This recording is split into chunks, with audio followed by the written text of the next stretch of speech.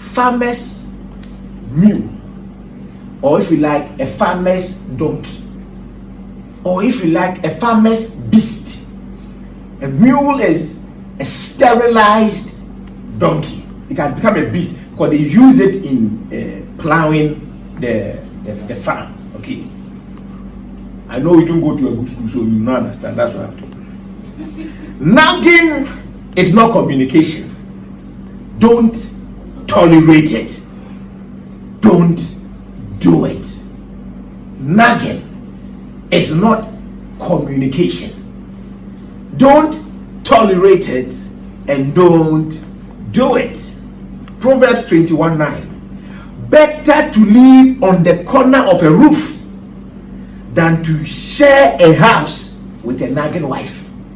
It is better for you to go to the top of the roof. You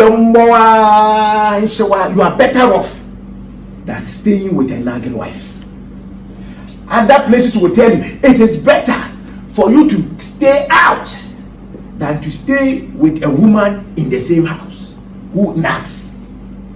Somebody will describe it this way. It is as worrying as putting a bucket there, and then there is a leak on the roof and water drips from it, and you give that sound, ko, ko, ko.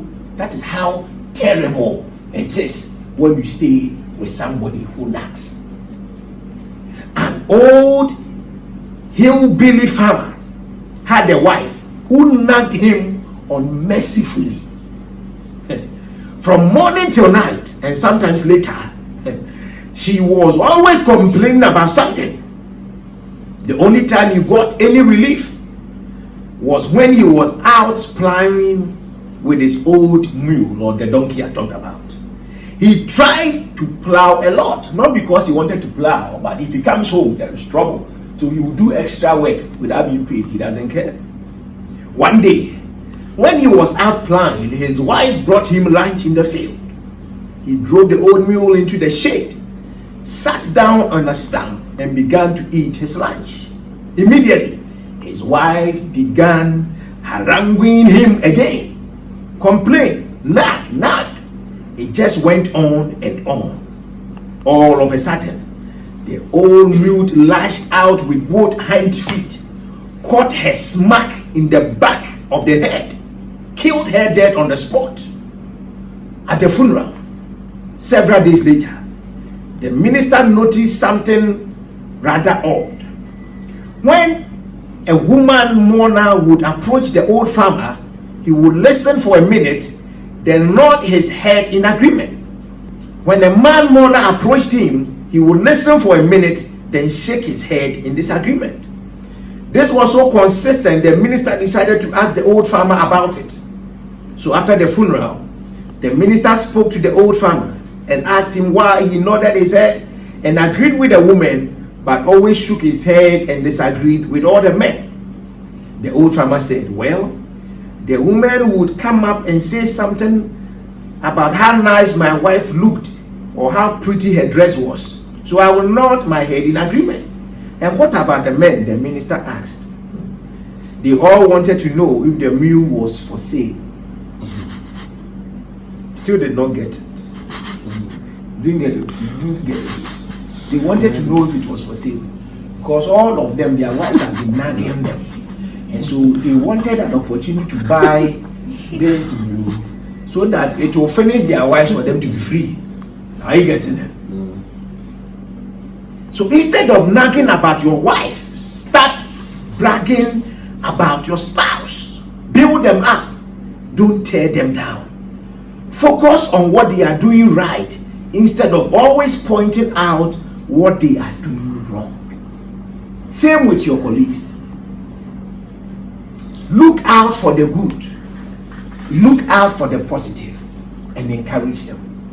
Whatever name Adam gave the animal, the Bible said that, and God said it was so. Whatever name Adam gave to Eve, God stamped it and put his signature. So it means that whatever you say about that situation, it will be so. So if you are staying with your partner and every time you are nagging and you are calling them names and calling him names, it will be as you are saying. That is what you have.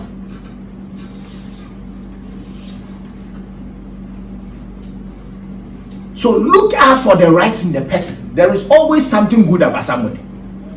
I'm telling you, there is always something good about somebody. Look out for those ones. And hammer search. It increases faith. It makes them know that they are worth something in life. It makes them know that there's something good about them.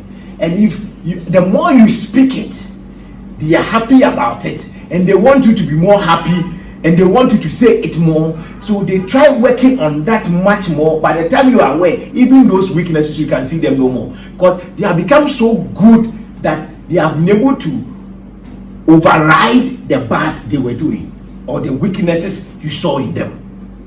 So there is a difference between talking to your husband and talking down to them. There's a difference. And the difference between sharpening and nagging. If you want to sap a man's strength and joy, keep nagging, complaining, criticizing, and being ungrateful.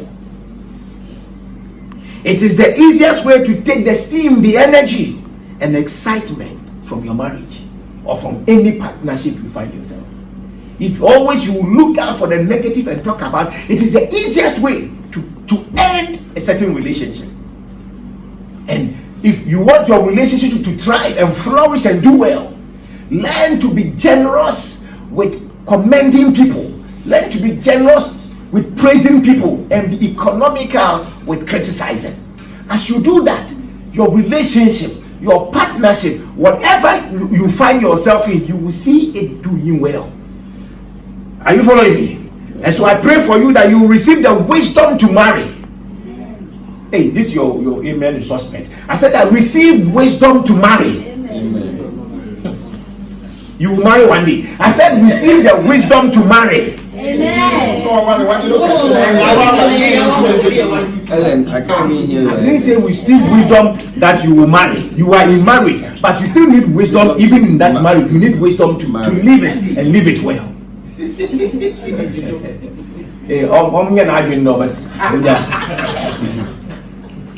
So may the Lord help us. Amen. And grant us grace. Amen. So that we will stop these nagging issues and appreciate people for who they are. Say a better amen. Amen.